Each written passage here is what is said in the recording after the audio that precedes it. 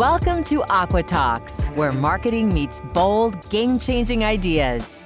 Join your hosts, Larry Aldrich and Maddie Dudley, as they explore the art and science of cutting through the noise, capturing attention, and fostering meaningful connections with your audience. Whether you're a destination marketer, government contractor, or simply passionate about the transformative power of marketing, Aqua Talks offers engaging discussions, fresh insights, and actionable strategies designed to inspire and inform.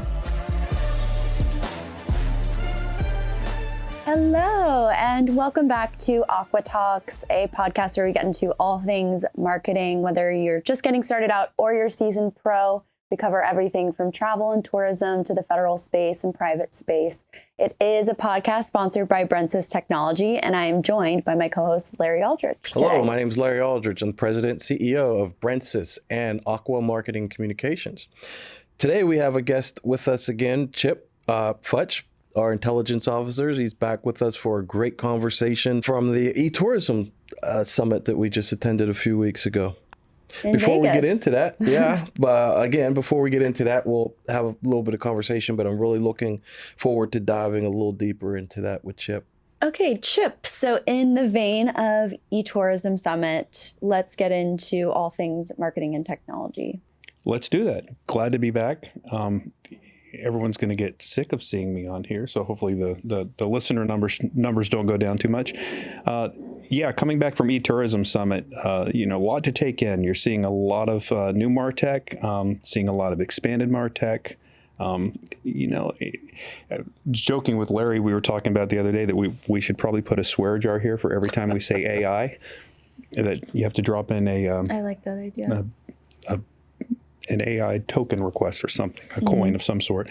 At any rate, AI was obviously a huge topic. So we're seeing that integrated across the spectrum of advertising, including display advertising, which I thought was really interesting. We're a company that we'll touch on probably a little bit later. Oh, okay. I was going to get into it right now. A lot going on out there. Seeing some really cool new products coming to the market, some new ways to, jump right into one. We've been on a plane, and you've got the display in front of you, and you've got Flight View 360 on there, right? You can see where your plane is. Well, the owner was out there, or one of the founders, and they've got some interesting new integrations going on with Flight View, where destinations can get directly involved. So that's kind of cool. Talk about a captive audience. Yeah. Truly. Well, Larry, I want to hear a little bit more about your experience at the conference too. Tell me some highs, some lows. eTourism Summit was my first. It was different. Mm-hmm. I liked it a lot. I got to network with a lot of DMOs, some good travel areas that I spoke with. We had a really great session that Aqua sponsored.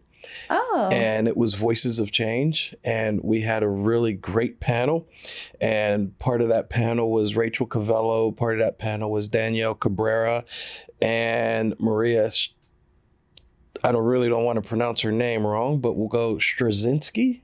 Yeah. Cool. So we had Travel La Quinta and Visit Oxnard.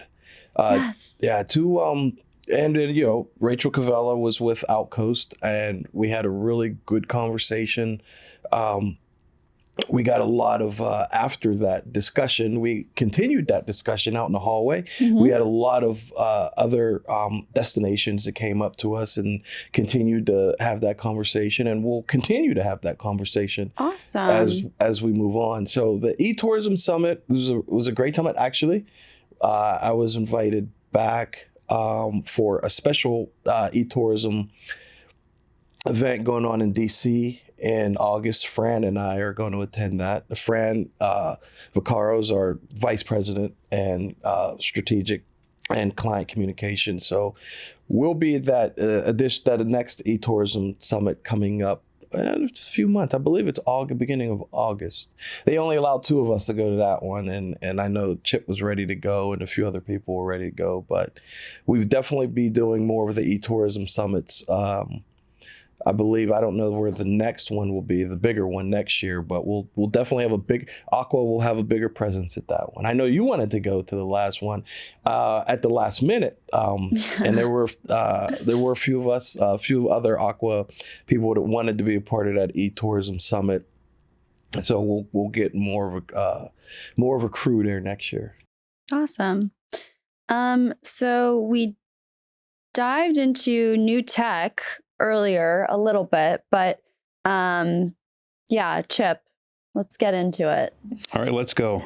What do we got here? What new tech did you see at the conference? Well, as mentioned, a lot of AI across the board, and seeing Intentful kicked off the conference with a good panel discussion with their head, their founder, and their director of, I'm going to forget his actual position. I just had a call with him the other day, Stefan and Marina from Intentful, and they had a couple of people on the panel, and they were discussing not only, there's many companies out there right now that are providing AI chatbots, but keeping that within the realm of the information on particular websites is important. Again, now we've narrowed the field down to less vendors. There's still quite a few in that field.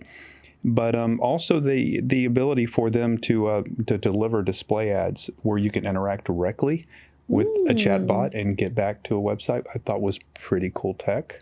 Like the ad, you can click on the ad and you then... can interact with the ad and ask it a question about the destination or whatever you want to know that's within the realm of the knowledge base and the very specific knowledge base to that particular AI model. Yeah. Huh. Cool. Larry, was there any tech you saw that you particularly liked? Actually, I followed Chip around a lot. Because there was a lot of interesting tech there, a lot of great ideas. Mm-hmm. And, speaking with a lot of the people that we spoke with that were experts at it, I didn't want to come across as a novice. So I was, I kind of leaned the questions towards Chip, where I kind of stood behind him a little bit and sounded like the expert. Yeah. Through Chip's voice. Yeah.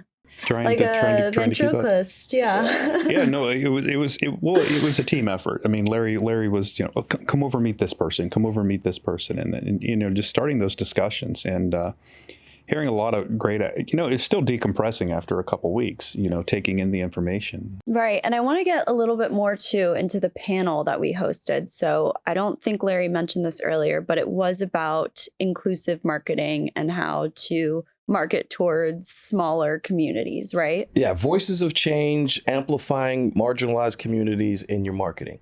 And a lot of voices don't get heard nowadays. And we can go as far as, like you said, when it comes to woman-owned organization or different types of veteran-owned or service-disabled veteran-owned, whether it be LGBTQ or just different types of voices that really, the types of travelers, how to market to those travelers that may have certain disabilities or may have communication issues.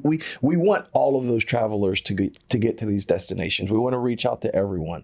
And the conversation was about how to reach out, how to market to those travelers, how to make them feel included and be a part of the conversation, be a part of the marketing and the talk. So it was a great conversation. We had a lot of destinations that, believe it or not, still try to struggle getting to those voices and hearing those voices and getting to those travelers. So that's basically what that conversation was about. It still is as simple as you may think it is. It's still very difficult and kind of in the shadows when it comes to reaching out to those different travelers that may have some travelers when it comes to flying. We were just talking about airlines and Some travelers may have difficulty flying. Some travelers may drive to some of these destinations because they're afraid of flying, or afraid of how they may react on a plane, on a flight. So it was a good conversation. Good. So based off of, key marketing takeaways, and Chip, did you listen to the panel, or were you able to see absolutely. it? Okay, great. Sat in the front seat. Front row. Yeah, front row. So I haven't had the pleasure to listen to it yet. I would love a couple of key takeaways that both of you had from the discussion with the destinations, as well as Rachel. I'll give you an audience perspective. Watching it, Rachel actually made some obviously very salient points on it, and it's a difficult topic right now when you talk of inclusivity and inclusion and everything else. However, unfortunately. Rachel's, right now it's more than ever. If your destination believes in something and your community believes in something, right now more than ever, and to paraphrase it, just have a spine. The audience 100% stood up and cheered. And that was the only time you heard some claps here and there for different points, but wow, to hear that kind of support. The destinations know it. Yeah. We know it as marketers. We need to be able to address as many people as possible that fit what we're trying to sell as memories, as dreams. It should include the people, with whether it's accessible or, as Larry mentioned, or neurodivergent or LGBTQ, et cetera. So it was great. Everyone great deserves to hear that. a fair chance at travel or getting around and enjoying their life. I love travel so much. I couldn't imagine my life without it. Yeah. From my viewpoint, it was great to moderate. It was an honor to be asked and invited by the eTourism Summit to moderate this panel and be a part of something like that. I thought it was pretty special. We all bring a different value to conversations like that. So thank you to the eTourism Summit and that whole organization for inviting Aqua to be a part of that, and Chip for being there, and all of our guests on that panel. Yeah, it seems like it was a really diverse panel, and I'm glad to hear it went well. Looking forward to watching it. Well, we're looking forward to seeing it again. That video should be sent to us in a week or two now, but we'll definitely be a part of that and try to share that with everyone else, with all of our viewers. It'll definitely be on our socials. Try to get that up on aquatalks.com. So we'll definitely put that out there when we get it. And perfect. Besides that session, being probably, hopefully, your favorite session. Absolutely, by far my favorite session. What were one of your other favorite sessions? Well, I tell you, having a background in broadcast and video, coming out of school, I really thought there was a great session that Josh Albrecht, the CMO of Visit Milwaukee, did with Leroy Bridges, who used to be at Visit St. Pete Clearwater, is now at Adara, and Diane. We talk about not being able to say someone's last name correctly, Schmedeman, but she's the branding and integrations producer at Top Chef. Great show, right? And they talk about, a destination's very involved in bringing something like that in, and it's a massive production. You're a huge cruise and everything else. But Leroy was there from Adara, and they had found a way to integrate, the metrics that Bravo has from their viewership with Adara's data stack to deliver impact and real world return on investment. Okay, so the destination's making an investment in time and money to bring one of these productions in, but being able to prove that to their stakeholders, that was pretty cool. Plus, it's just a cool topic. Yeah. Top Chef is kind of a, sexy topic to talk about. So. Oh, yeah. I'm curious, do destinations typically have to pay for production companies to pick their destination to film in? I would say there's probably an investment. It would depend on the production. But in many cases, you're going to want to incentivize that, whether that's rooms or cooperation or, working with the restaurants, or, even just coordination within the community. Yeah. But there's typically going to be an investment for that. Yeah. Very cool. So I'm extremely jealous. I had no idea that one of my favorite authors, as well as one of my favorite people in hospitality, Will Guidara, was one of the keynote speakers at eTourism. So please tell me everything about it. I need to know every detail. I read his book, Unreasonable Hospitality, and I try to live my life by it. And that's such a valid point. Yeah. We talk about for years, you're trying to really find a way to put into a capsule to about customer experience and how critical it is in hospitality. Yep. We as marketers, we're working on getting them here. Yeah. But it's very important. You think of the two peak things that people remember about a vacation is the most powerful emotional event that happened to them and the last event that happened to them. Now that emotional event, let's say it's a bad interaction with an airline, that's going to generate negative sentiment. You don't want that. But Yeah. to come back to Will's points, that being the co-owner of 11 Madison Park in New York City, Yep. and his whole road to getting customer service to such a level, Yep. which if you're familiar with the TV show The Bear, Yep. the paying attention to those little details, listening to people, finding little things, and he told some great stories about hearing somebody that wanted a hot dog or something, Yes. even though, here we are in a Michelin star restaurant, hot dog's not normally on the menu, Yeah. but that's what the person really wanted. So they went and got the best one they could, street, and made sure that person had their hot dog or whatever it was. But just his climb to be number one, and then getting to that point when, the whole audience is cheering because we're all listening to the story. We're all invested in the story. And it just really speaks to the point of maximizing that experience when people never forget those little things. And Yeah, it's true. you have I a locked actually, in. I had the chance to eat at 11 Wow. for my mom's 60th birthday. We made it a whole treat for her. And we had the best experience. So at the beginning of the dinner, my brothers were talking about Dungeons and Dragons because they had been playing with my cousins. And then at the end of the meal, they bring out this sheet that says ED&D, and it's 11 Madison Park Dungeons and Dragons. I still have the piece of paper. And they were like, okay, draw your own character, write what your character is about. And then they brought us upstairs. There's this guy dressed up as a wizard. I'm like, where did they get this wizard outfit? How did they know we were going to be talking about dungeons? Like, we were just so blown away by the level of hospitality that it's unlike anything. It honestly changed my life. It's crazy. That's insane. Yeah. Yeah. I mean, to have all of your staff not only, trained for it, but Right. encouraged, Yeah. and to mobilize. If you see something that somebody is talking about, you are empowered to make that happen. Right. Let's make the customer experience perfect. And number one, it's not much higher to go from there. Yeah. Yeah. So I think so. I just think it's like a philosophy to live by. He says there's not a lot of magic in the world, so we should really create that magic for people when they walk through our doors at the restaurant. And I think that's kind of how I want to move out throughout my life. I'm glad you remembered that because he did say that. And I was trying to remember exactly the words he used. Yeah. Yeah. Big fan. Yeah. Very cool. Yeah. Okay. So any other takeaways from the conference that you want to highlight, Larry?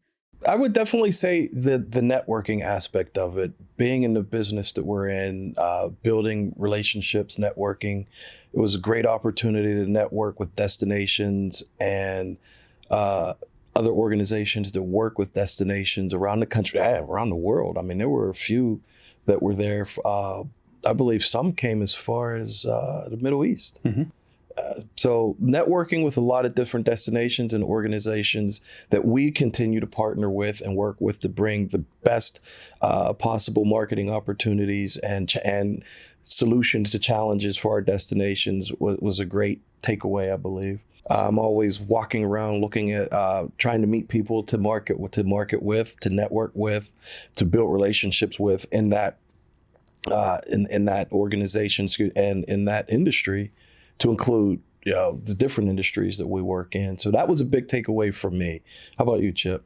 I echo your points. And networking at these events is always, top notch. And it's kind of interesting because we're there, as a supplier, as, an agency to represent DMOs.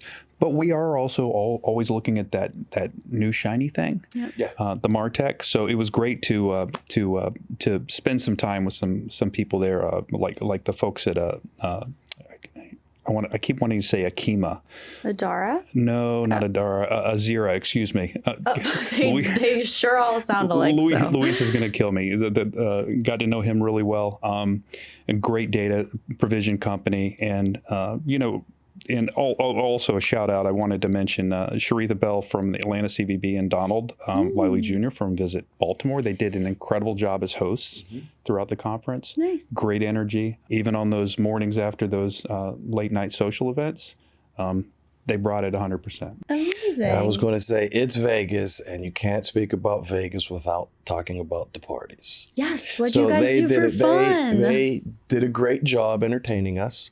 The white party was a blast. Oh. We had the happy hour at Caesars on the rooftop. Yeah. I'm drawing a blank on the name of the club. It's right in the front of Caesar's Palace. Yeah, it was overlooking the Vegas Strip. It was nice. It was a great time. Got to network with a few people up there. We met a lot of different great people that organized the event. Again, some destinations were there, and we got to network with some additional organizations that were there to support the destinations like we were. So the parties were fun. Didn't do a whole lot after that in Vegas. I will say, again, I go to Vegas every year, sometimes twice a year, if not 3 times a year. My old Air Force roommate lives out there. So I went there last year for the Steeler game, which also happened to be the Mr. Olympia event that same weekend. So I went from the Steeler game, I went to Mr. Olympia on Saturday and then the Steeler game on Sunday. It was a fantastic weekend for me. But what I was going to bring up, when you're looking out the window and you say, hey, I could walk to that hotel from here. It's just right down the street. And you get out there and you start walking and you realize you've been walking for 45 minutes. That's, I don't know, I do it every year. Every single year, I think I can walk to that hotel because it looks right there out of my hotel window. And you get out there and you're walking for 45 minutes. And you say, I'm not going to do this again. But that's Vegas. That's all part of the experience. That was absolutely, we left a social event. I think it was the Tuesday night or the Wednesday night event. And Larry was staying up the road to the right. I was staying on the road to the left. It's like, oh, the wind's right there. Oh, mine's right there. It's like 45 minutes later. That's only because you guys stopped in a couple of bars on the way home. No. The daiquiri shops are sitting right there on the street.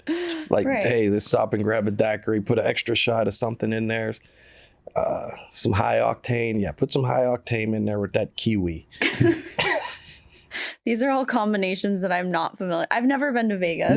No. Mm-mm. Wow. Yeah. I love in Madison Park you've eaten at, but you have not been to lots of. But you've not been to Vegas. There are a lot of good restaurants out in Vegas. For a lot of really good restaurants in Vegas. You can eat really well. Just make sure you go out there when you're allowing yourself to just eat anything you want, and the ice cream also. Yeah. Did you deviate from the typical?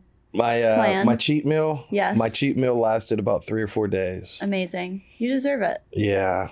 Sounds like it was a successful conference and it was really fun. And then I had to go on a food detox for like a week after that. Oof. Yeah. A week full of just rice and chicken. It's all about the gains. Well, thank you, Chip, for joining us again. Absolutely. Anytime. If you found today's episode helpful, please go to aquatalks.com. There's more information there. You can also find all of our socials there and learn more about our wonderful guest, Chip. Thank you again for joining us. Happy to be here. Thank you, Chip. We'll have more information on aquatalks.com about the eTourism Summit. Please go there to learn more about Aqua and what we do.